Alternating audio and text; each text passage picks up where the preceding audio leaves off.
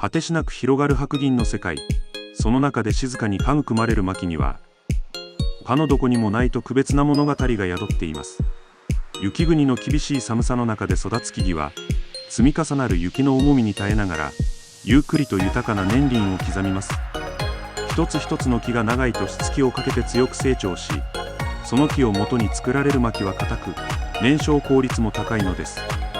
ぬくもりを求める人々の手に渡るその瞬間まで、薪は大地の恵みと自然の厳しさをその身に刻んでいます。